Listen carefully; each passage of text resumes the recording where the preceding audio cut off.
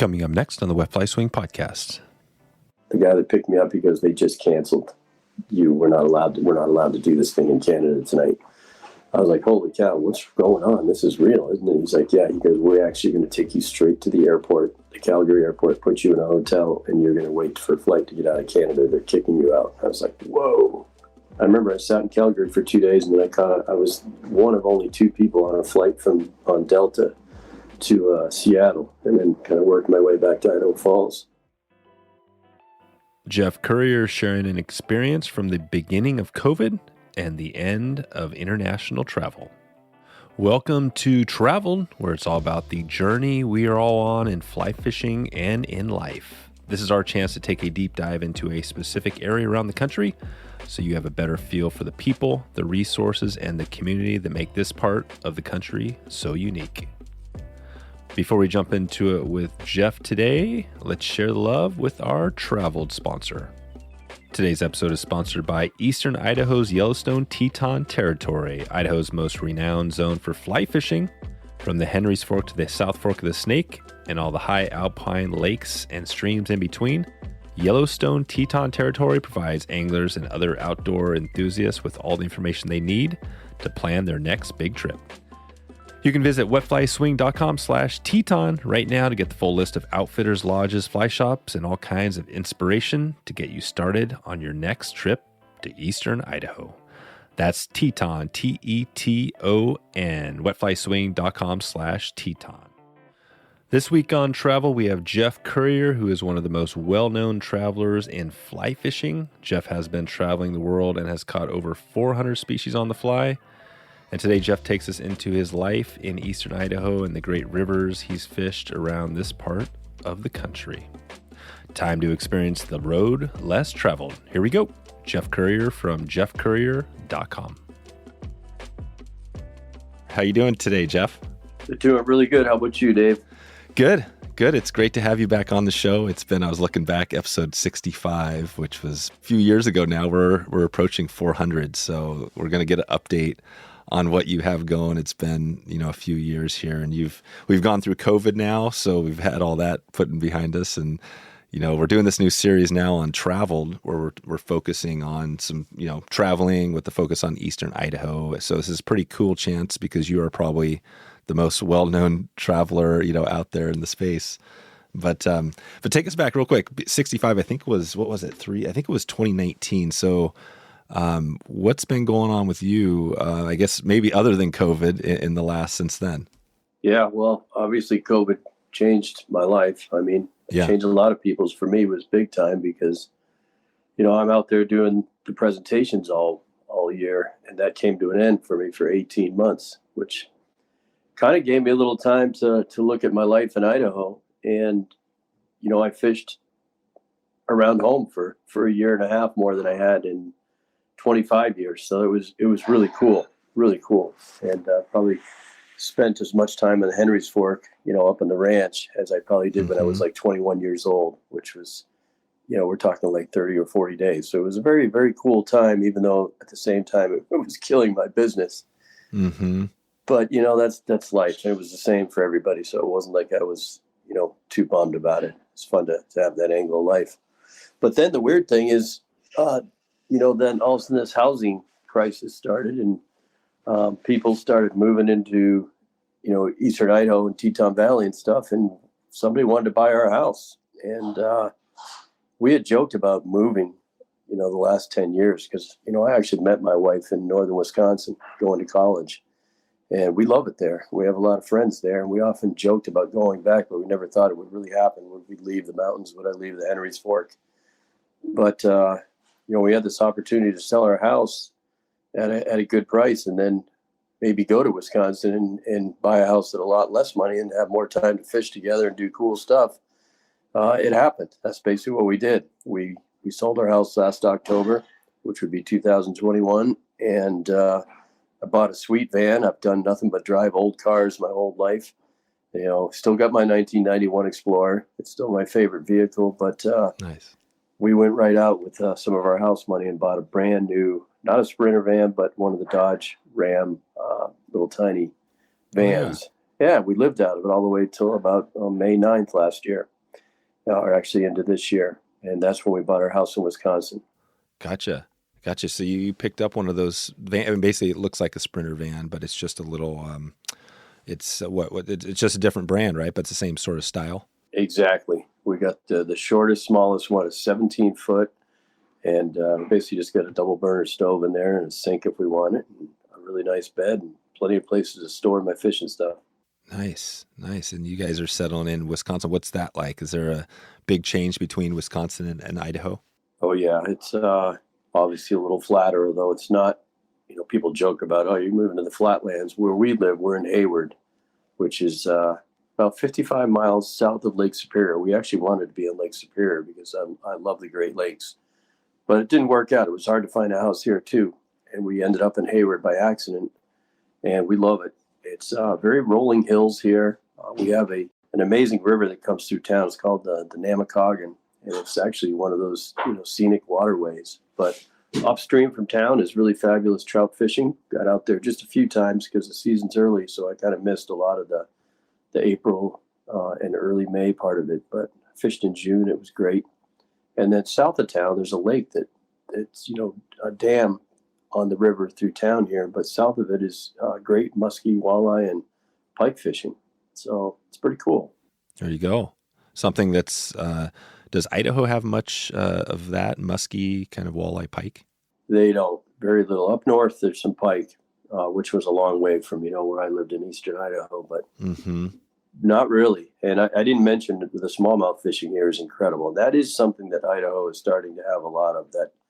That Snake River below American Falls is incredible smallmouth fishing. Oh, right. That's it. So Eastern Idaho doesn't have all the species, but it's got the smallmouth pretty dialed in. It does. It really does. Which is right. You're one of your favorite species still, right? It is. I still love my smallies. So I'm in heaven here, and I do miss that lower snake. But I'll get back. Since I've moved here, I've been back to Idaho twice this year to see friends. I fished the Jackson Hole one fly. Oh, nice. And I'm sure I'll always do that. Yeah, that's right. The one fly. So that one fly is still going on strong. Oh, yeah. I don't think it's ever going anywhere.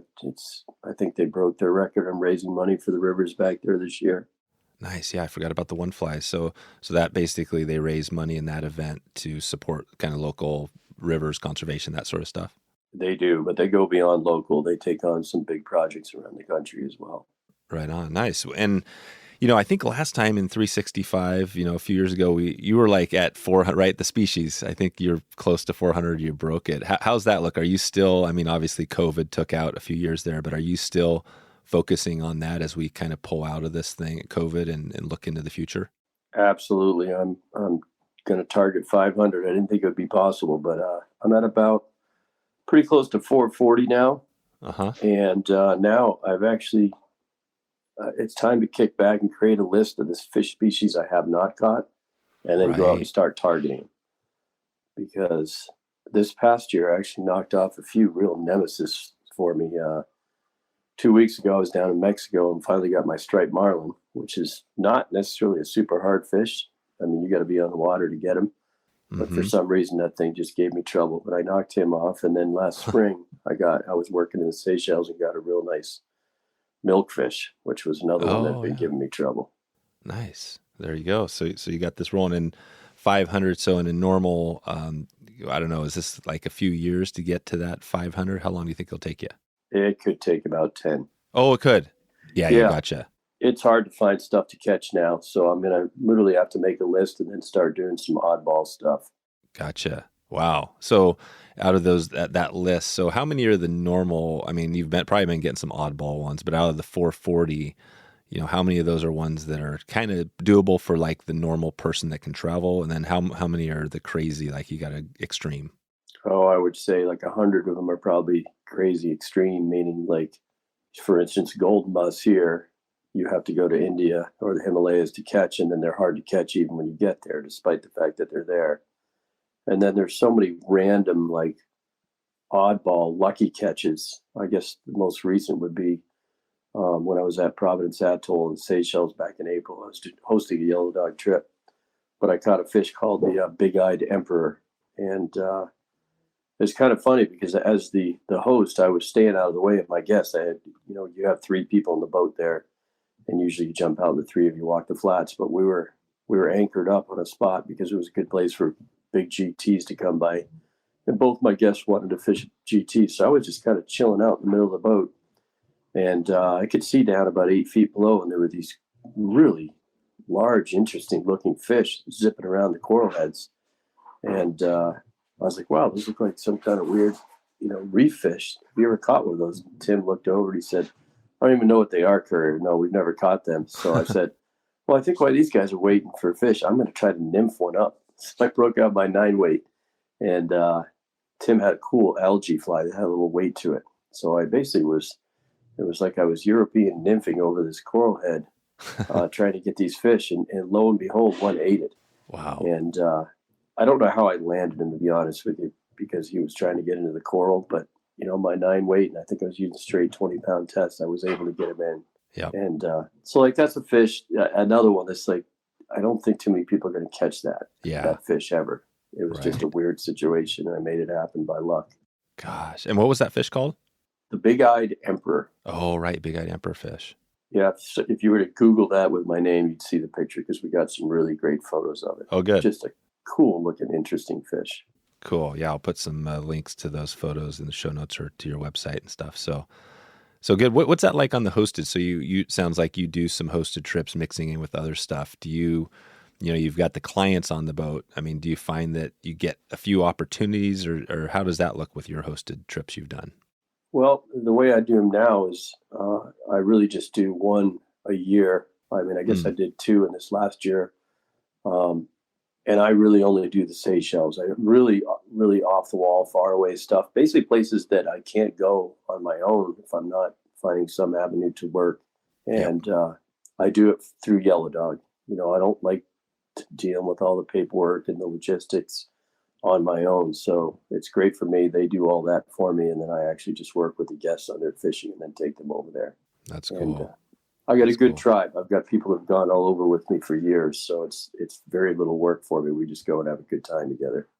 Yeah, that's awesome. That is the thing about Yellowdog, right? And is that they just pretty much, you come in there and they do it all for you. There's not much else to do. They take you, pack your gear, and then everything else is kind of squared away. Yep, it's that easy. And actually now Yellowdog practically packs your gear if you want, because they just bought a fly shop in Bozeman. Oh, wow. What was the fly shop in Bozeman? I should know, but I think it's the Bozeman Angler, maybe. I'm not 100% sure. It's on the Yellowdog website. It just happened. Okay. Yeah, gotcha. Yeah, I'll get a link out to that as well. Nice. Right on. Well, yeah, I think, we'll dig into a little more on some of this around the world stuff, but I just wanted to touch on, Eastern Idaho, because we're kicking off this series and focusing a little bit into that area. And you're like the perfect person for this because, like you said, you've lived there for 34 years. You were just fishing it before you moved out. Talk about, that area. You've got the Henry's Fork, I guess the snake, right? What are the species there? Let's talk about that for you. What are the species that you've caught that you've added to your list from that area? Well, what it's famous for is, Yellowstone cutthroats.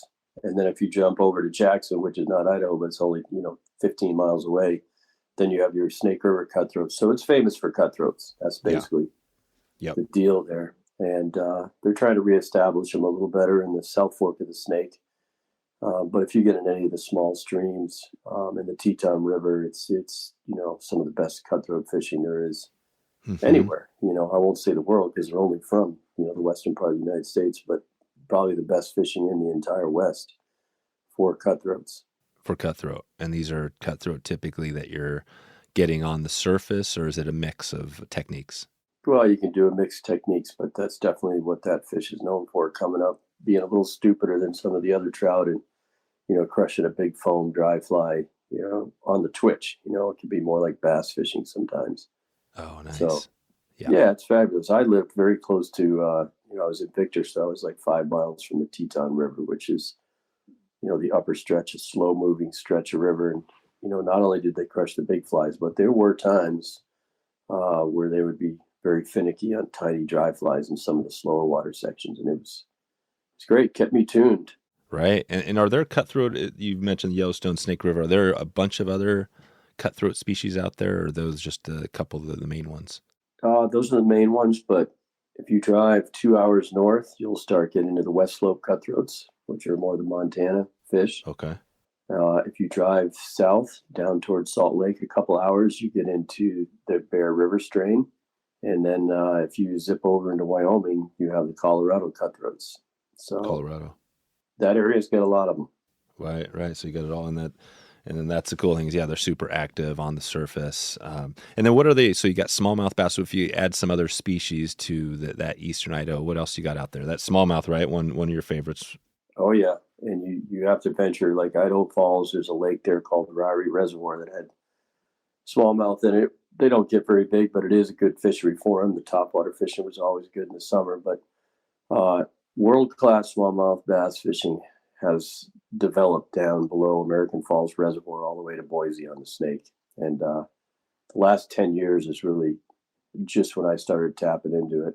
And, from Victor, it's about a 2.5 hour drive down to that area. So, I didn't go every year, but I went for like a 4-day trip every summer. And I tell you, each time I went, the last 3 years that I went, I topped my biggest smallmouth, which I've topped again since I've now moved to Wisconsin. But oh, wow. Yeah, it's incredible smallmouth bass fishing down there. Oh, wow. And what's a big, what are one of those big smallmouth? How big is that? I would say a super fat 18-inch fish. Yeah. And, some 19s. And, I'm pretty honest with the measuring tape, so I don't pop the 20 mark out very often there. And I never got one down there, but I have since I've got to Wisconsin. Yeah, that's right. Yeah, people tend to extend if it's close, call it the 20 inches. But yeah, I mean, you got an 18, 19 inch, and plus it's obviously a fatter fish. So that's, I don't know what the poundage is, but that's pretty decent, right? Yeah, that's a giant smallie, really is. Yeah. So also I should mention, the carp fishing is what I probably did the most of the last, number of years in Idaho. And, they're common carp. We don't have any grass carp in Eastern Idaho, but common carp and mirror carp, which is actually the same species. The mirror is a subspecies, kind of a mutant actually of the common carp. But that lower Snake had an incredible carp fishing on, with fly as well as every one of the reservoirs, including American Falls and Blackfoot Reservoir.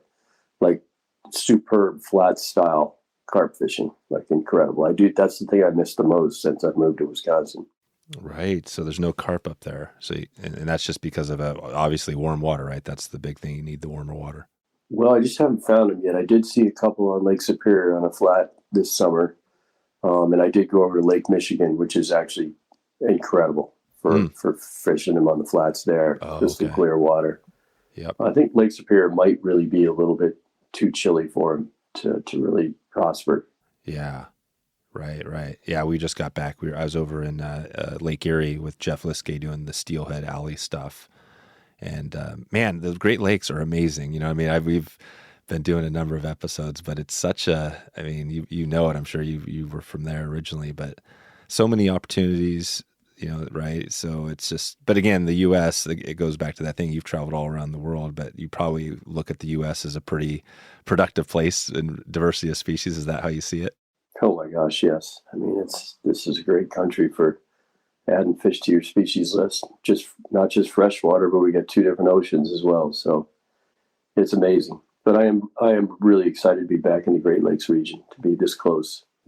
I can, fish my river I just mentioned about here through town. I've got 100 lakes within 25 miles away. In fact, I'm going to go out and jig up some crappie for dinner here shortly. Nice. Through the ice. And then I can go up to Lake Superior and not only fish giant smallmouth on Lake Superior, but they also have a very good steelhead fishery and amazing brown trout fishery. Oh, right, the browns. Giant fish, and it's pretty cool. Yeah, that's cool. Yeah, again, adding to my species list, I don't think as much because I haven't been out as much, but we were swinging for steelhead, and I had a kind of a tip, and then I hooked up with a fish and brought it in. It was a small fish, but then when I got it, I was like, wow, it was a lake run brown. Nice. And it was a beautiful fish. I mean, it was, over 20 inches or whatever it was. But that's one of those things where you probably are fishing out there and you hook into something. Sometimes you might not be quite sure what you're going to get, right? Yeah, it's a beautiful thing. It's It's my favorite thing in fishing. I love it. Right. God. Okay. So we got that. So, I mean, going back to Idaho, you mentioned carp, smallmouth, all the Yellowstone, all the cutthroat. Are there any other species? Because that's the ones you always think about for sure. I mean, those are the ones I've caught while in Idaho. Are there other ones out there? Are there a bunch or just a few more? Well, the ranch of the Henry's Fork, which was my favorite Idaho water, is 99% rainbow trout. Oh, right. And big ones at that. Occasionally, there are some small streams. In fact, the Teton River has a lot of brook trout. Oh, okay. And that, South Fork of the Snake, and the Snake itself is, it's world-class brown trout fishing as well. Yeah, that's right. So it's got all that. So you got all the trout, essentially. What is that area? I mean, the Henry's Fork is, and especially, like you said, the ranch reach. What is the thing that makes that area so special? If you go specifically into the Henry's Fork, is it just the area, the type of fishing? What is, because you hear so much about it, right, from people? It's the whole package. It's the area. It's an incredible area right in the edge of Yellowstone. So the wildlife is there. That river, I believe it's one of the world's largest spring creeks. But once it leaves, Yellowstone area and through the ranch, it goes over Mesa Falls, and then it's a pretty fast moving river. So you have a lot of pocket water, and it's basically, it has everything. And it has all the species as well. That ranch part that I like to fish is mostly just rainbows. But once it drops over Mesa Falls, you start getting into more cutthroats. You get lots of rainbows. You get brown trout. The reason I was passionate about the ranch, though, is, I'm a dry fly guy. Yeah. And I love the technical, give me an 18-foot leader and a size 20 blue wing olive and try to fool a fish that's going to be really hard to get. That's what I enjoy. That's the puzzle in fly fishing that keeps me going. Yep. So that's the big thing. And that is for me and probably a lot of people, the dry fly is not only tying those little suckers, but getting a fish to fool them and matching the hatch. So that, and you compare that to the stark contrast to Euro nymphing, right? Which is also a very popular style and something obviously you with the Team USA, you're very familiar with. Talk about that a little bit. Are there areas in that part of Idaho where you can actually use the Euro nymphing, or different stream? Can you do that on the Henry's Fork or other areas? Absolutely. So you would not do it on the ranch because it's too weedy and slow water. That is dry fly water. But my practice grounds, before we do a tournament would be to go to that lower Henry's Fork. So I'd go over around Ashton, Idaho, or even further downstream and find some of that pocket water and do my practice runs. And, while catching trout, we also catch a lot of whitefish. And there's, people don't get too excited about whitefish. I do because I'm a species nut. And I always called the Henry's Fork home of the mighty whiteys from hell. Nice. And, it's not uncommon to get a big 17, 18, maybe even a 20-inch whitefish on nymph down there. Yeah. It's pretty fun, pretty cool. That's right. Yeah, I love whitefish. That's the thing. They don't get the respect, they're like out there, but they're a cool fish. They are. Maybe even get really lucky and get a Utah sucker. Oh, I was just going to say suckers, right? Because you guys probably have a number of different suckers in there too. Yep. You got the Utah and I think the bluehead and there's mountain suckers. Most people would never identify one from another. They just call it a sucker and get upset that they caught one, but I get fired up. Exactly. Well, there aren't those native fish for that area? They are. Yeah, exactly. You can't get too fired up, too down on a native fish, right? You shouldn't, that's for sure. Nice. And is it the whitefish? Is that the mountain whitefish or what is that one? Yes, it's the mountain whitefish. Yeah, mountain whitefish. Cool. This is awesome. So you got basically on the Euro and of course Team USA. Are you still involved in that? Are you still doing all that stuff with? I think it's what do you call it? It's not the seniors, the masters, or what's the level you're at? Yeah, so I do the masters, which is 50 and older.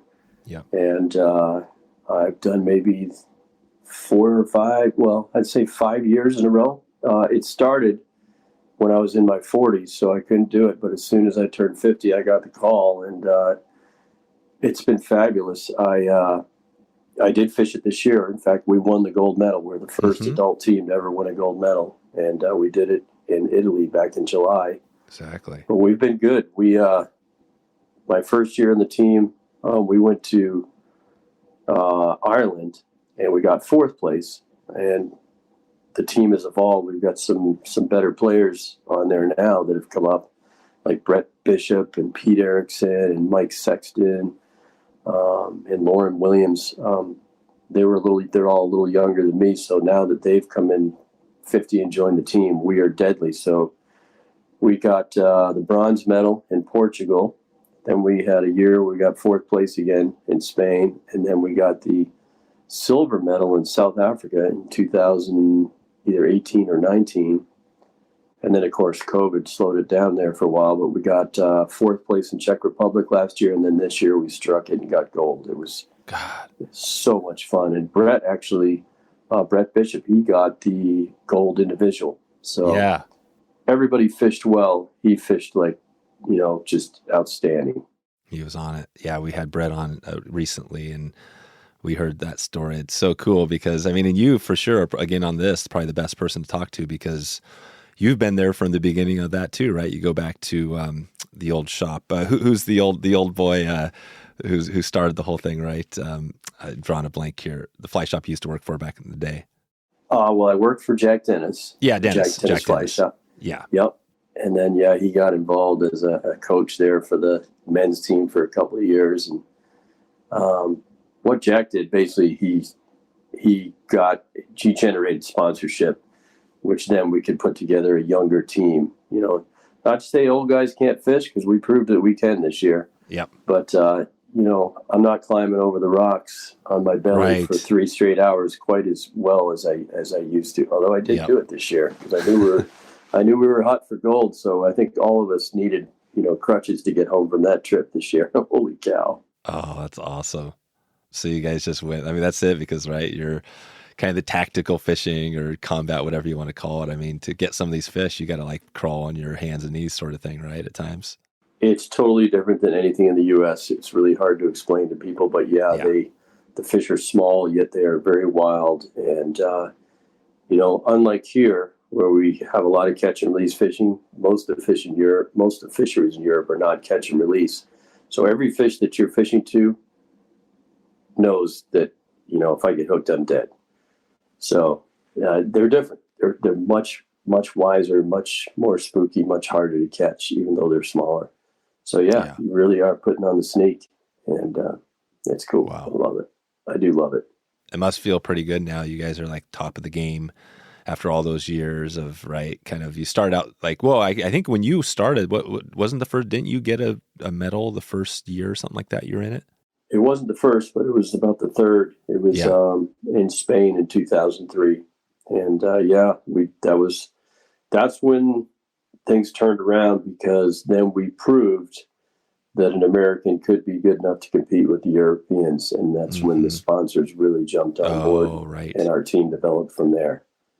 So I did get lucky. I pulled a rabbit out of a hat in Spain, and it was my type of fishing. It was upstream, dry fly, dry dropper, and I know how to do that stuff. So it's cool. Gotcha. That's cool. Yeah.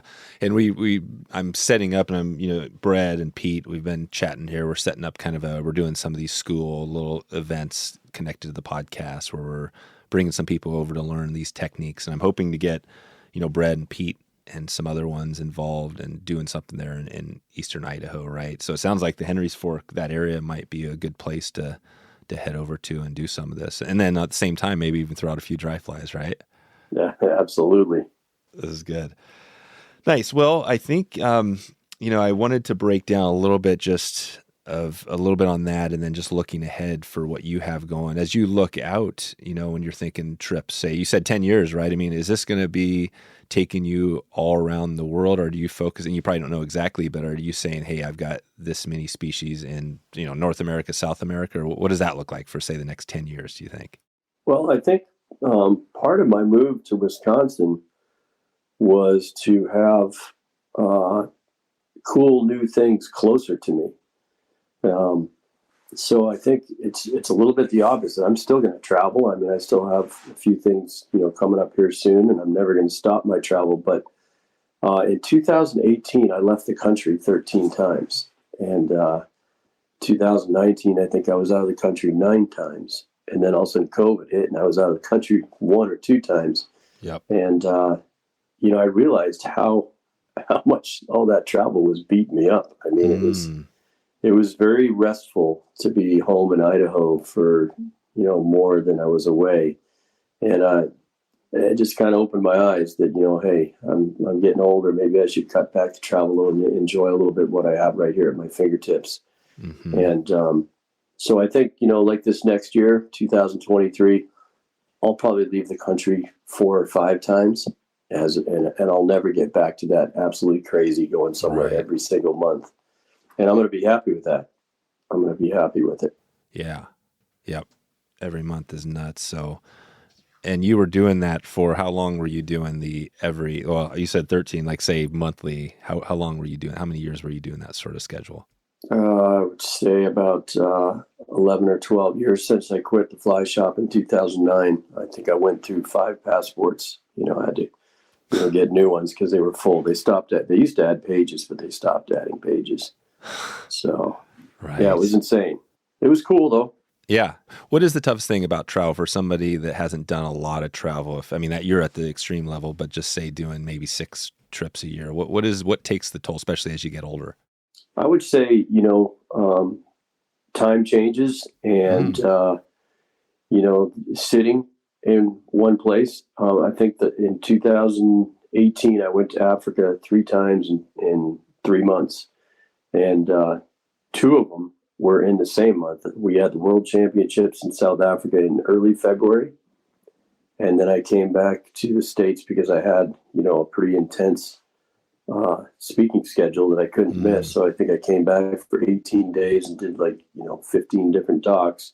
And then I went right back to Africa and fished in Cameroon. So, yeah, I never really adjusted. I never got straight. I just remember after Cameroon, I came home. My wife was like, "How was your vacation?" I'm like, "It was not a vacation. I need to go sleep for 4 days. I'm banged up. Yeah. I'm beat up. I'm sunburned. My back hurts from sitting on a plane for 30 hours. Gosh. I wouldn't trade it for anything, but I probably won't pull that one off ever again. Right. Gosh. So it sounds like maybe COVID, again, it goes back to how bad COVID was, but sometimes there's the silver lining, right? It sounds like COVID maybe got you to a place to understand hey, maybe I don't need to travel all this. Is that kind of how that looked? Absolutely. Yeah. It really, really did. And it's funny, a couple of my buddies that, from Victor is one of those places where there are a lot of, professional outdoor sports people, and a lot of them are fly fishers. And there's a little core of guys there that are some of the best permit fishermen in the world, Tim Brune and Mike Dawes. And, all of us were sitting around together out in the lawn, drinking beers in the spring when we couldn't travel. And we're like, "Hey, this is pretty cool. We haven't done this together in so long."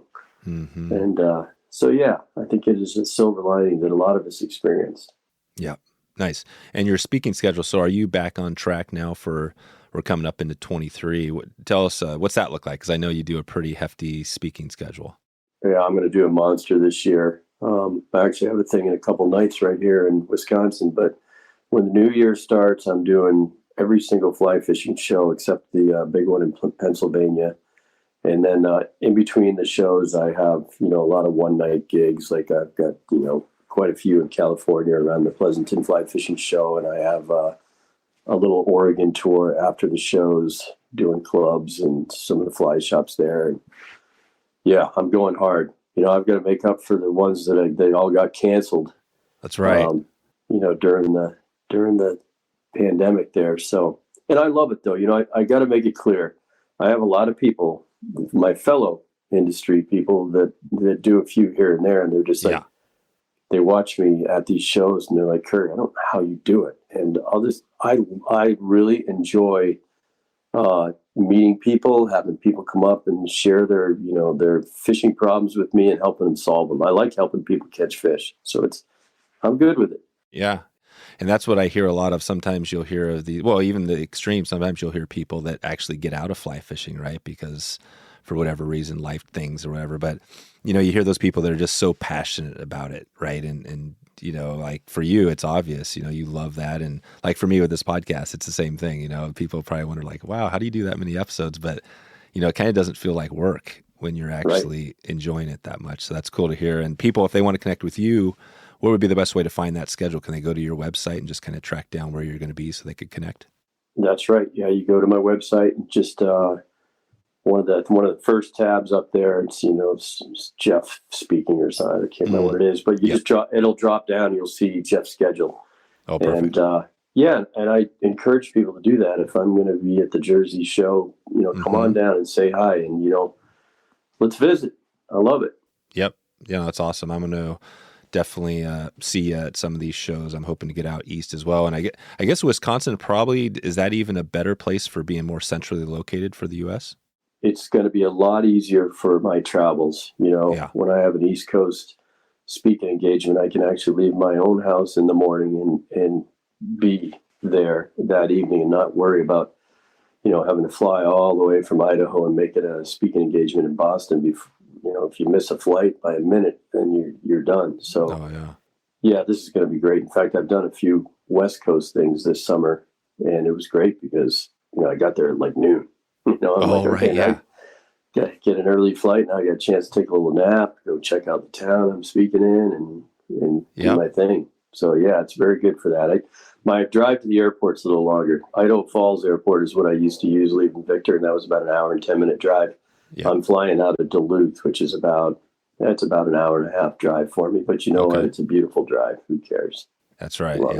That's cool. And are you taking with the trailer now? Is that something where you're going to be traveling, doing some of this stuff, or is that more for the summertime? The van is going this winter. So I did all the shows from the van last year, so I didn't have to. I probably saved myself having to get in an airplane 5 times, maybe more, and I'm going to do the same this year. I enjoy driving, and it's cool. When I get tired, we pull into a rest area or whatever. If we got 4 days between, like for instance, this year, the Denver show butts up against with the California show. So we'll drive from Denver on Monday after the show to Pleasanton, but we're going to stop in Moab and, ride bikes for a couple of days. It's going to be great. So that's the way we're working it now. Last year we went down to Phoenix and carp fished for a week because there was 2 weeks between the shows. So we're just making it work out. And maybe I'll nail a couple new species along the way. We'll see. Right. I was going to say, the carp, we just did a carp episode with somebody right in like urban carp. Were you fishing, was it urban right in the city or was this outside? Mostly right in, between Phoenix, Mesa, and Scottsdale. I love grass carp fishing. I talked about the mirror carp and the common carps of Eastern Idaho, but I love fishing dry flies for the grass carp, the white mirror down in Arizona. It's one of my favorite things. Yeah. They're tough. They're tough, right? That's the cool thing about carp is that, what do they call them? The freshwater bonefish or something like that? Yeah, I guess you could call them that. Today's episode is sponsored by Eastern Idaho's Yellowstone Teton Territory, Idaho's most renowned zone for fly fishing, from the Henry's Fork to the South Fork of the Snake, and all the high alpine lakes and streams in between. Yellowstone Teton Territory provides anglers and other outdoor enthusiasts with all the information they need to plan their next big trip. You can visit wetflyswing.com/Teton right now to get the full list of outfitters, lodges, fly shops, and all kinds of inspiration to get you started on your next trip to Eastern Idaho. That's Teton, Teton, wetflyswing.com/Teton. So on that camper, I'm just curious on this because I've been thinking about the camper thing for a while. So are you guys full of this thing's down, like plug it in, you got everything on this thing, or is it more like just a bed and a couple things in it? Ours is primitive. So we do have a plug, but we used it maybe once since we've had it. We're more like go into the boonies away from a campground and, sleep out there. And I have a solar panel on it. So, which is incredible so far. We've had it a little over a year now, and it seems to charge us up beautifully. And but very small. We don't have a bathroom, so we have an outdoor shower. Yep. So I can hook up my water, run a hose outdoors, and we're swimmers. So we picked it up last year in Phoenix. I bought it in November of 2021, but my wife was working and I was overseas, so we went and picked it up in January, and we basically just took the southerly route. So every morning we would take, a very cold swim. Even though we were in Texas, I was surprised how cold it was in January. And yeah, it's refreshing. We get a kick out of it. It's fun. Yeah, you're doing it. I mean, that's the thing. I haven't really got into it, but you hear like Joe Rogan and some of these people doing, what do they call it? Like the cold thing. They got these, right? It recharges. It's actually super good for you doing the cold plunges. Yep. And as your body gets older, it helps. It definitely helps with those achy bones and muscles. Right on. Cool. So I love that in the camper. And then how do you do, so if you're in the winter, so you have a heater, I mean, you plug it in and then you're actually getting like, what, propane, or how are you doing the heat? My heat's on propane, so I don't have to plug into anything. Just turn that on and good to go. Yeah, we usually, you don't pull off the road till 7 or 8 o'clock at night. So the car's, the van's pretty warmed up from driving. And, we'll sit around and pop a bottle of wine, listen to some music. Maybe I'll do a little internet, do a little work. And then I like sleeping in the cold. So does my wife. So usually it's not till like 4 or 5 in the morning. We're like, holy cow, it's getting cold. Maybe turn the heat on, or that's right, get an early start. One or the other. Yeah, so we only used one bottle of propane so far since we've had this thing. It's been a year. Oh man. And for the travel, again, this is like, for the travelers out there, I mean, how cold can you, because I'm kind of a wimp, I'm up here in Oregon, and, if it gets down to the teens, that's crazy. But I mean, are you able to be out there and like super, what if it's like hitting 0? Is there a time when, it kind of gets too cold? Yeah, I would say 0 is about it. We ended our January excursion last year up in New Hampshire because I had to start my fly fishing show tour up there in the Northeast. And we hit 0, and we basically had to turn our water off. If we didn't get it off quick enough, we froze our pump. Oh, right. That's it. Yeah. At the freezing. So I turned it off this year back in like late October. Yeah. Gotcha.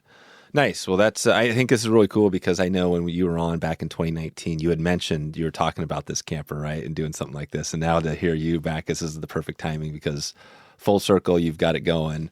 Now you're out in Wisconsin, you got that going. We're out of COVID. It seems like, I mean, I'd imagine for you probably looking at things as pretty positive, even with all the crazy world stuff going on. Do you feel like you're in a pretty good spot now? Yeah, we're very, very happy.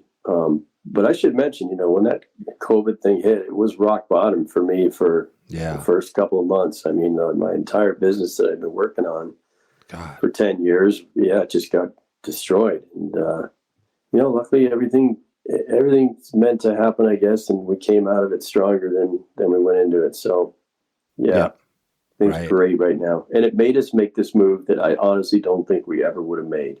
Yep. That's the change. That's the one thing, right? Sometimes people, you get stuck, right, or whatever in a place and you're like, oh, this is comfortable, but actually change can be a good positive thing, right? Which is what you guys just went through. Yep. Huh. It is. So take us there just for a second, just because, I mean, we've all had our different COVID experiences. What was that? You're talking rock bottom when you hit that, like for you, how does that feel in that situation? Are you just kind of no idea, right? Nobody knows, right? Is this going to be the end of the world, right? Is my business done? Take us there for a second. Yeah, it was. I was so addicted to my travel. Like I felt if I wasn't traveling, I wasn't living. If I wasn't, pursuing some new species, 8,000 miles from home, what else am I going to do? And I had to cancel some amazing fishing trips. In fact, I was when the COVID really hit, where we got, told we had to stay home. I was actually in Canada doing a speaking tour. And oh, wow. My night in Calgary, I just arrived in Calgary to do a really big deal for some of the fly shops up there, Fishtails and the clubs. They all came together. It's something I do it about every 3 years. So it's a big event with, it'd be 200 people there in a beautiful theater. And I literally got up there and the guy that picked me up, he goes, they just canceled. We're not allowed to do this thing in Canada tonight. Damn. I was like, holy cow, what's going on? This is real, isn't it? He's like, yeah. He goes, we're actually going to take you straight to the airport, the Calgary airport, put you in a hotel, and you're going to wait for a flight to get out of Canada. They're kicking you out. I was like, whoa. Wow. And I called my wife because my wife and I were supposed to leave to the Cook Islands that following week. And I said, what's the deal with our Cook Island trip? Are we going to be able to make it? She goes, I don't think so. The U.S. is shutting down and some of the airlines are shutting down. So I remember I sat in Calgary for 2 days and then I was one of only 2 people on a flight on Delta to Seattle, and then kind of worked my way back to Idaho Falls. Yeah. But yeah, that was like, oh my God, my life just ended. My tour just got ended right in the middle of it in Canada. That's what I've been looking forward to. My Cook Island trip with my wife, where we're going to be gone for 5 weeks, ended. And next thing you know, I was sitting in Idaho on a cold March day watching, the wet snow come down. So that sounds horrible. It was. That was 2020. Yeah, that was right, March 2020. Yep. But it's funny, we loaded up my Explorer. We broke all the rules after being home for a week. Loaded up the Explorer, and I said, we're going to go see Idaho. We're going to go to some warmer areas because, that Eastern Idaho, Victor, Idaho, Drake's, that's high country. That's, 6,500 feet, and it's cold. But you can go down the Snake towards Boise and gain 25 degrees. And that's what we did. We went down and we hung out, that lower Snake, got some carp, got some smallies. It was, 55 degrees instead of 30 degrees, and that was the beginning of the happiness coming back. And also realizing that we needed a larger vehicle, because living out of an Explorer when you're 55 years old and climbing in and out of the back and taking everything out at night so you can sleep in there, that part got old. That's right. Yeah, I've done a little bit. I think, we've done that, right? The same thing. And actually, we have 2 little kids now, so you add 2 little kids with car seats and the same sort of thing, it's tricky. It's a lot nicer with some sort of a camper deal. Nice. Well, this is good. So, let's just go back again where we started. We were talking Idaho. As far as places, if you kind of look at, again, going back to that part where where you lived, Eastern Idaho, what are the places, if somebody was coming there and they were going to do like a trip, like right now, we're going to head to Idaho, set up, maybe the Henry's Fork. What do you tell somebody if they're coming in as far as fishing or places? Do you have a couple of favorite like lodges or rivers or hotels, stuff like that, food? Yeah, what I always tell people is, slow down, dude, slow down, because usually they'll have a list of rivers that they're going to fish. We're going to do the South Fork a couple days. We're going to do the Henry's Fork. We're going to do the Teton. We're going to go up to, because we're right on the edge of Montana and Wyoming. We're going to go over to the Snake in Wyoming. Then we're going to go up to Quake Lake. And I'm like, how many days you got? They're like, it's about 10 days. We're driving up from California. And I'm like, okay, so really you've got, 6 days of fishing. And they're like, yeah, I guess. And I'm like, okay, well, you gave me 7 rivers that you're going to fish. So you're going to drive from one to the other and halfway, you understand what I'm getting at. So I just tell people, slow it down. The Henry's Fork, for instance, like I was describing a little while ago, you've got the Spring Creek section up there in the ranch. You've got the Mesa Falls, which is, whitewater, which can be nymphed. And then you've got the slow mix of, still water below, a big pool. And then it's, fast moving water. You could spend a lifetime there, let alone try to do it all in 2 days. So I tell people, if you're doing the typical 2-week American vacation, do just a couple places and keep them within 50 miles and do it right, as opposed to try and speed through and see it all. Gotcha. Yeah, I like that. So basically, if you have 2 weeks, you basically take, like you said, maybe you're going to be fishing, maybe even half of that, right? You might even plan on, say, a week or maybe 8 days of fishing, and then a couple places there, so maybe 3 or 4 days at each place. Something like that would be better than trying to hit 8 places. I think so. I always tell people in my hosted trips, the first day, it gets a group to, Mexico or, the Seychelles. I'm like, okay, I know everybody's ready to jump out of their shoes here and go out and fish from sunrise to sunset tomorrow. But we're doing this the next 9 days. So I want you to start pacing yourself right now, so that on the last day, you're just as strong as you are on your first day. Yeah. It's important. Yeah, right. And pacing yourself means what? What does that mean exactly? Fish more thoroughly and slowly and enjoy it, as opposed to going as fast as you can, not doing a very good job at it. And then at the end, you're like tired and looking back saying, boy, I didn't really do a very good job. Didn't catch as many fish as I should have. Yep. Gotcha. So 14 days. So basically the first day you might even, you got the travel day, so that maybe takes off one. And then you got your first day on the water. So instead of, fishing all day, not eating, not drinking, right? Just kind of fishing, like take a little, make sure you get your, stay hydrated, right? And kind of stay healthy along the way. Exactly. Yep. And then if we were, looking at that, so where would you recommend? There's a lot of places if somebody wanted to do a little mix, maybe some dry fly, maybe some kind of Euro nymphing. What would that look like? You mentioned a few at the start, but you got the Henry's Fork. What are the other big rivers that are in that area, of kind of Eastern Idaho that people, would be definitely destinations? You got to fish the South Fork of the Snake. It's one of the greatest rivers in the West. You got the full variety pack there. You got your Snake River cutties, your Yellowstone cutties. You have rainbows. You have brown trout. You have, big bushy dry fly fishing. And of course, it depends on the season. But if you're there anytime from June till October, you got a chance to fish big bushy dry flies. At the same time, you go around the next bend and you have a riffle where the fish are eating tiny PMDs or blue-wing olives off the riffle in 6 inches of water with incredible dry fly fishing. And then off the edge of that, you could, do your nymphing. And it's definitely a river where I tell in a lot of wade fishing, people don't realize that that's big water and they think you have to have a boat. But there is a lot of wade fishing and a lot of public water on that river, probably more than any other river there is. Perfect. So the South Fork of the Snake is a big one. And then what are the other ones you'd throw in there along that line? Well, obviously I said the Henry's Fork, so that's going to be in there. The Teton River, a sneaky one. I guess I'll say it because I don't live there anymore. The Fall River is a really cool one. And, most of the Fall River is private, but if you look at the map, it comes out of Yellowstone. That's southeast part of Yellowstone, which is actually in Idaho. And, of course, because it's, in Yellowstone, that's public water. You have to get a Yellowstone fishing license, but it was one of my favorites, when I didn't need a big fish fix by any means. If I just wanted to go out and have a nice quiet day and catch the full range of species, that was a good one for me. That was it. Nice. So there's 4 big ones. So again, on this, we're a 2-week trip. So we picked 2 of those off. So if you haven't fished, I'm looking maybe the South Fork, the Snake, and the Henry's Fork would be 2 if you had 8 or 9 days, or that'd be a good deal. Yes. And by the way, the Henry's Fork flows into the South Fork of the Snake. So that's how close they are together as well. There you go. Okay.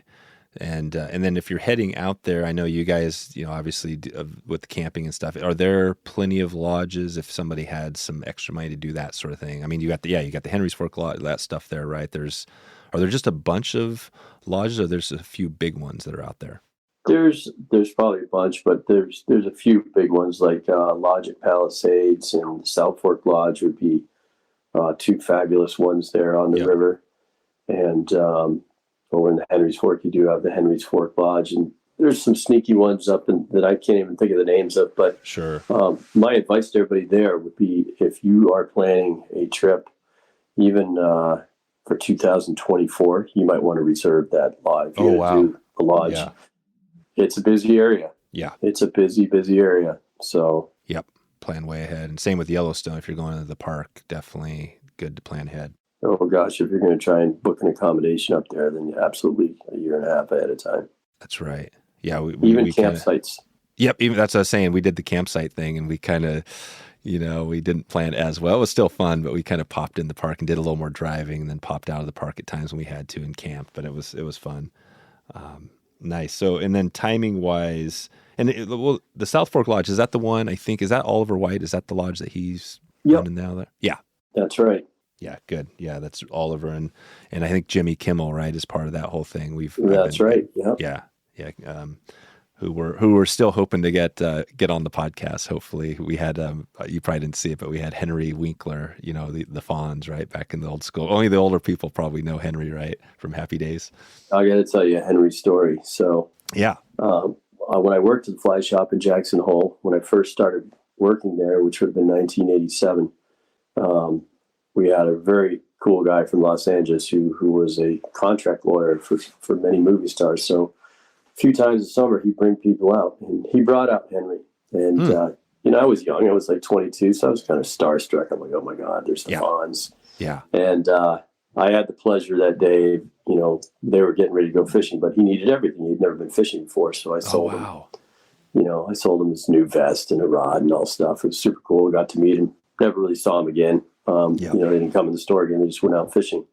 Well, I was flying. This is And I know he kept coming back to the area. He fell in love with fishing. He never stopped, so he still fishes. So I am flying Idaho Falls to Salt Lake. I'm going somewhere. I'm just on that leg. And I got bumped into first class. It's the little tiny planes, and it's not a big deal. But, I obviously fly a lot, so I got pushed up there. And here comes the fawns. And I'm like, holy crap, I haven't seen this guy in 25 years. And sure enough, he sits next to me. I had an aisle seat, and he was on the aisle across. And I'm like, I've got to just say hi and tell him the story about when I sold him the vest. He'll probably never remember. And unfortunately, it was an early morning flight, so he plops in his seat. He had a little entourage, he's got his people with him, of course. Yeah. And he had a 2-piece fly rod. And I'm like, here's my perfect, way to start the conversation, because I could be like, can't you afford to buy a 4-piece? Right. And it was funny because the stewardesses, they were all a little bit star-shocked too, because they kind of knew what was going on. And they're trying to get his 2-piece rod in a closet because it doesn't fit anywhere. Right. I'm like, all right, this will be fun. Well, he plops in his seat and shuts his eyes. And I'm like, dang it. And he literally was out like a light. And it's a short flight, so 30 minutes. As soon as the wheels hit the ground in Salt Lake City, he wakes up. And I'm like, okay, I got to give him a minute, but I'm going to say something to him. And as we were getting off the plane, we were the first 2 guys to stand up. I'm like, Henry, you'll never for the life of you remember me, but we have a mutual friend. And he looks at me like, okay. And I go, yeah, Skip Brittenham.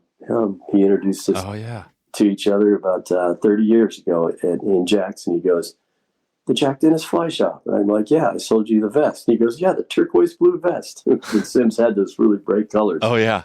And I go, yeah, you remember. I go, I was the kid that sold you that stuff. He goes like, oh, man, what's your name? And we started shooting the bull there all the way off the plane. He's like, how do you still know Skip? And it was funny because Skip had just gone with me to the Seychelles, him and a couple of his friends. Oh, yeah. And I just had a really nice visit with him. And then at the end, I was able to give him some crap. I'm like, dude, what are you doing with a 2-piece rod, for God's sakes? He goes, I still love that rod. And I'm like, yeah, you need to up the game, buddy. Yeah. And then his little entourage is like, yeah, you need to up your game because we are sick of hauling that thing around and fighting with the stewardess every time we get on a plane. Exactly. So it's super cool. Super cool to run into him. Wow, that's funny. That's funny. Yeah, Skip Brittenham, I remember when he mentioned that on the episode was amazing. Same thing for me. I mean, he's a guy obviously huge, and he mentioned that and some great stories. So yeah, I'm excited to. Hopefully, I told Oliver that. I said, hey, if I can get Henry on, then what do you think about Jim? And he said, well, check back with me after you have Henry on. So I'm going to swing back around with Oliver and see if we can put that together. Cool. I look forward to finding the one on Henry. I'll check it out maybe today. Yeah, definitely. So cool. Well, I think, I'm feeling pretty good about this. I wanted to do a little primer on, update on what you have going and talk, Eastern Idaho. And this trip, we're kind of already thinking like, okay, I'm going to take the family out there doing something. I would love to do the South Fork. I'd love to do the Henry's Fork. Heading out there, as far as when to go, what do you tell somebody? So they're new to that. When is the best time, or maybe not the best, but when would you recommend is a good time to head out there? September. I always told people that September 15th, October 15th was my favorite time of year. The college kids go back to school.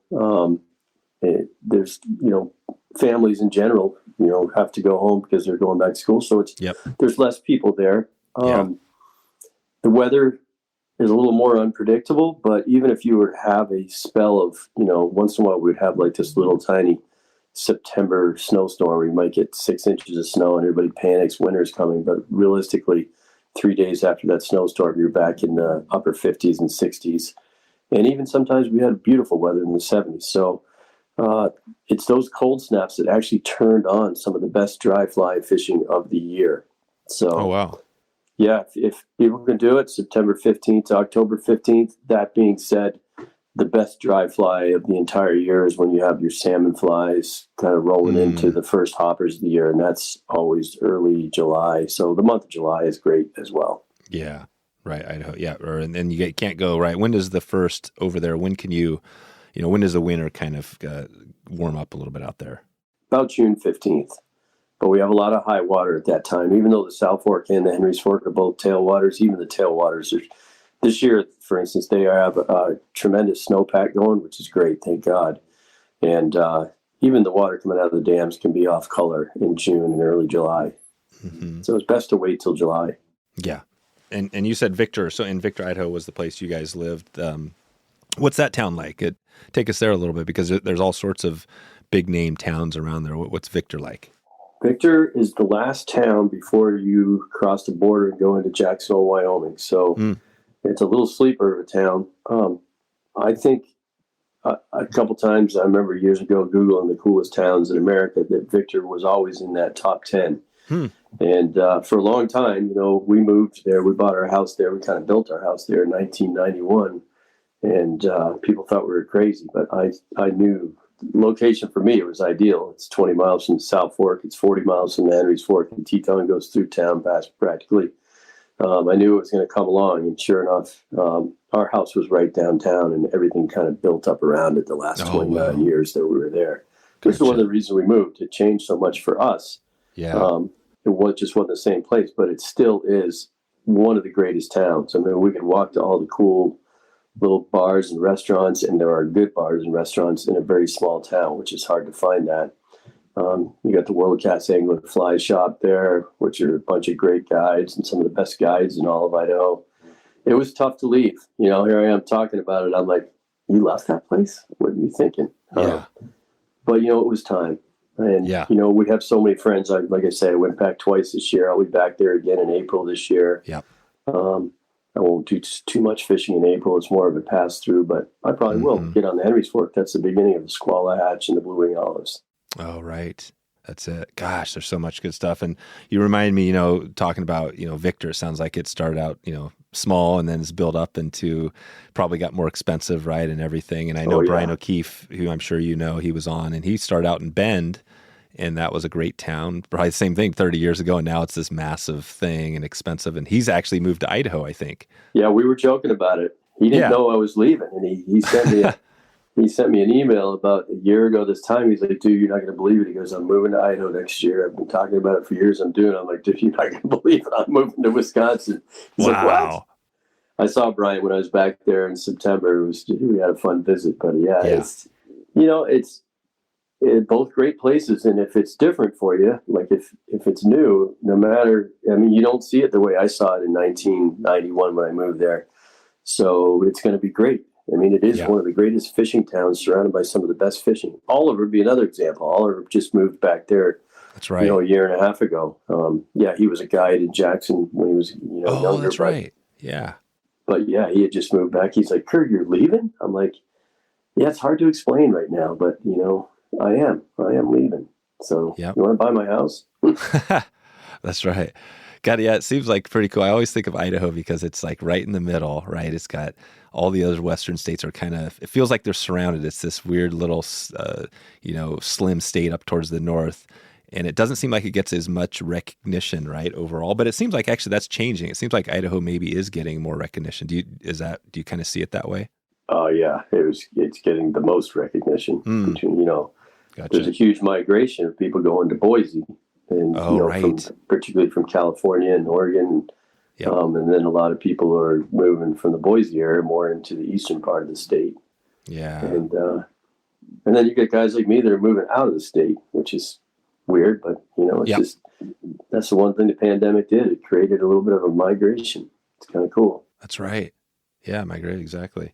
Nice. And who are some, and when you just think, that area, Idaho, I'm thinking we've had a few guests over the years. Who are some of the people that, maybe are big names out there other than yourself kind of in the space? Who are some other people that if they're still there?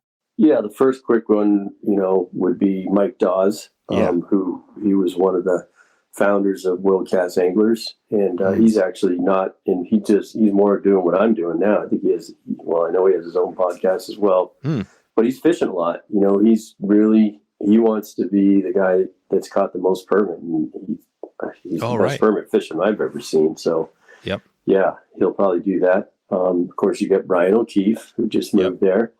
You have Mike Lawson, who is one of the, in my opinion, one of the great legends of that area. And he's my top mentor, by the way. I got to spend a lot of time with him the last 30 years. And he's one of the last people I visited before I left Idaho. We went to lunch with him and Shirley just as we were leaving town last year. And so there's quite a few. It's pretty cool. Yeah. And that's just the fishing athletes. There's a lot of professional skiers and climbers. Yeah. And it's good stuff. That is good stuff. Cool. Well, that gives me, and I haven't actually, the World Cast Anglers, I know I was talking to Pete about that, but that's, I think I'll try to talk to Mike and do some more episodes there. Going back to Wisconsin. So I'm interested in the house because we've been talking about the house stuff a little bit, and sometimes we'll see a property, be like, oh man, because things have got so crazy.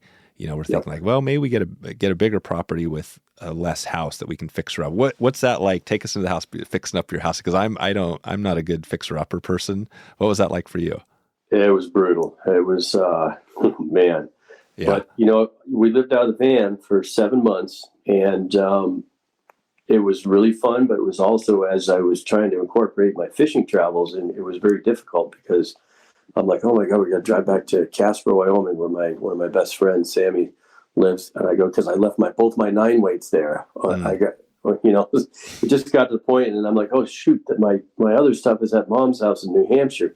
I'm like, honey, we have got to, we talked about living out of the van for a couple of years. I'm like, we actually need to have at least a small, crummy little house where we can actually keep our stuff. And this area up here we're at, and real estate it's pretty inexpensive. I would say northern Wisconsin is a very reasonable place, although it's changed here too a lot, even in the time we're looking.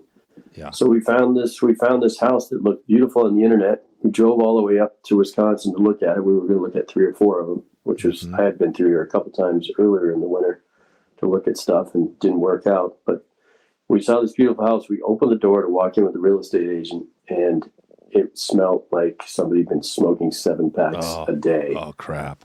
And it broke our heart. And we were bummed because we really loved this place, and the location was beautiful. The house itself needed a lot of work, but the property is incredible, and it's on a cul-de-sac. So it's walking distance to town, which is what we always had in Victor, because the Curriers do like to go out and rally. So, it's nice to be able to walk. So we went downtown after our real estate agent. We were bummed. We went downtown and parked in front of this little bar and restaurant. It was actually called the Anglers. We went in and got lunch. And the service, the lunch, and the New Glarus, which is the Wisconsin beer, was so delicious. I looked across the table at my wife and I go, you know what we're going to do? She goes, what? I go, we're going to leave the car parked here and we're going to walk to that house we just looked at. See how long it takes us to walk to that house and just get a feel for it. Well, the walk from the Angler's Bar took 13 minutes, which is nothing. Perfect. It's 0.9 miles. I was measuring it on my phone. And along the walk, we just, people were like out working in the yard and, raking, and everyone was so pleasant, said hi and this and that. I'm like, that's what I like about the Midwest. And we got to the house and the neighbor was out raking. He was raking acorns, and he looks over and he goes, how are you guys doing today? And we're like, we're doing good. And I'm like, this is a perfect opportunity to chat with the neighbor and get a real feel. And he recognized, he said, I think I saw you guys look at the house earlier today. And I'm like, it was us. And he goes, I'm just going to tell you right now, this is the most beautiful place to live. And he went on and on. We went into his house, had a coffee, and I walked out and I said, I think for the price of this house, we can fix it up ourselves. Yeah. And we did it. And you did There we are. And it was hell. It was hell. It was hell. Right. But we're there now. It's great. Yeah. And now you're getting ready for, because there it's another level, right? Just like any of these places up north where you can't, you got to be ready for the winter, right? Are you guys all ready for some cold temperatures coming here? Yeah. And, it's global warming is a real deal. It's a lot milder than when I lived here back in the 80s. Oh, right. It's 35 degrees right now. And we only have, 6 inches of snow on the ground. So it has not been a bad winter. And I got home from a month in Baja a week ago today. My wife was with me. So we haven't had any winter yet. So right now we welcome the short days and a little bit of winter. We're looking forward to a snowstorm that's coming on Wednesday. So it's cool. I'm looking at a rabbit in my backyard right now. It's good stuff. Awesome. That's good to hear. What's your, just for the new home buyer, right? Somebody's out there. What would be a tip you give somebody that's looking to get, something like you found something cool and all that? Yeah, I would say, number one, be patient. We were very patient.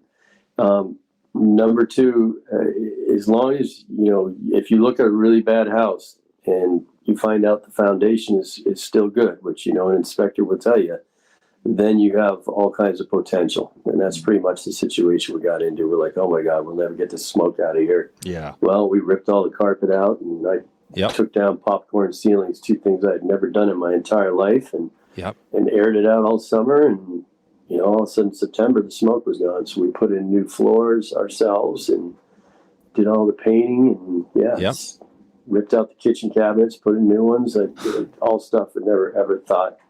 I mean, I couldn't even pound a nail straight. Right. Did you do the work yourself? We did a lot of it. We didn't do it all. I mean, and I won't say myself. Here's the funny thing, because I went to college in Ashland, which is 60 miles from here, and a lot of my college buddies settled in Wisconsin. And it so happens that my friend Tom Smedley, who I had not talked to in 30 years, he's the manager of Nelson Lumber here in town. Oh, wow. And he was obviously excited that we're moving here, and he has physically helped me with a lot of projects. We redid the outside of our foundation so that it looks nice.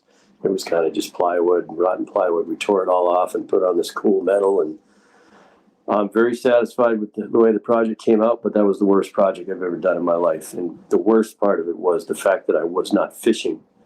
Instead, every night I was out working on my foundation with my friend. And, that's right. Yeah, that killed me, but I don't have to do that next year. I'm fishing. You got it done. You got the fishing. Got it out of the way. That's cool. Right on. And heading back to Victor, just take us out of here. If you think about, like somebody's traveling there again for this, kind of 2-week trip sometime in this next summer, is there a little, like a little restaurant or some food you'd recommend? Is there something in there that you say you got to stop by this place? Oh, yeah. I would say that, when you're over in the Henry's Fork, you got to go up to Trout Hunter. Mm-hmm. Which is a bar and a restaurant, and great food, great guys that work in there. Everybody's fun. And then down in Victor, you get the Knotty Pine, you get the West Side, you get the barbecue. I mean, those are my 3 favorites. And, we alternate between those all our years living in Victor. Great places. Oh, perfect. Good. All right. We'll put some links to those. And then in Victor, is there, what is, other than the fly fishing, what is the town? Is there a bunch of stuff to do?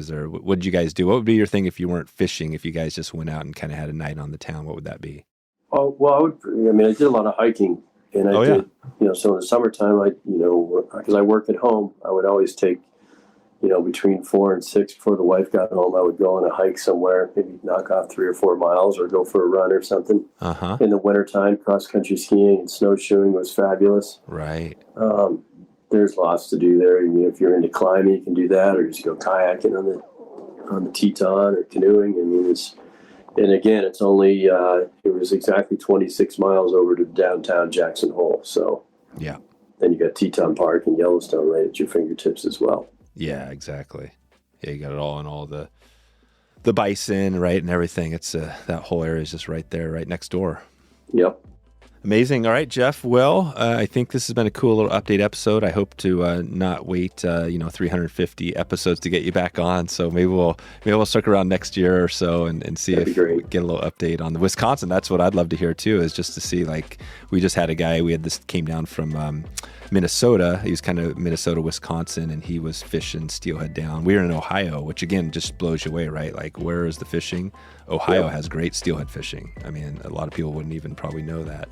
But yeah, it's a cool area, and maybe we'll just leave it there. And thanks for all your time today.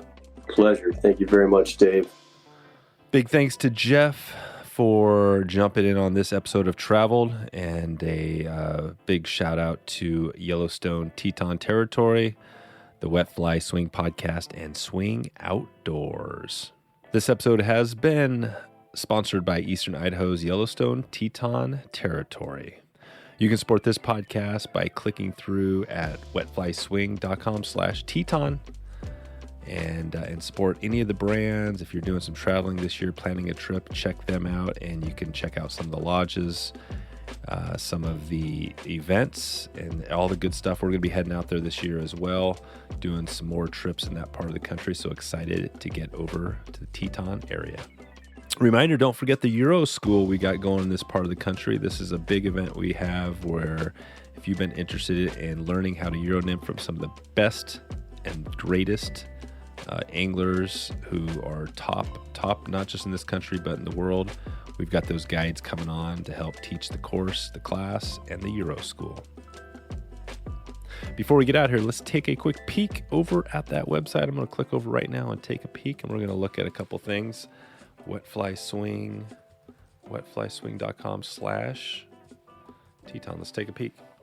We got the regions, accommodations, things to do. Let's look at the regions. So we got Idaho Falls, Island Park, Ashton, Rexburg, St. Anthony, Swan Valley, Irwin, Teton Valley, and Weary, Rigby. I'm just going to take a peek today on accommodations. Let's see what we got here. We got let's get comfortable lodging, B&B rentals, camping. You know what are we going to be doing? I think we're going to be doing a little bit of all this. Let's take a look just since we haven't. Let's look at camping. There's a bunch. We got Big Springs Campground. Shout out to them. Big Springs Campground. We got Wind Willow RVs. That might be a potential. Getting the RV. We got Sugar RV Park. We've got Blowout Campground. Blowout Campground is located on Highway 26, 58 miles southeast of Idaho Falls. We got Pine Creek Campground, Aspen Grove Inn. This is in Rigby. We got Bucks Gas and RV Park.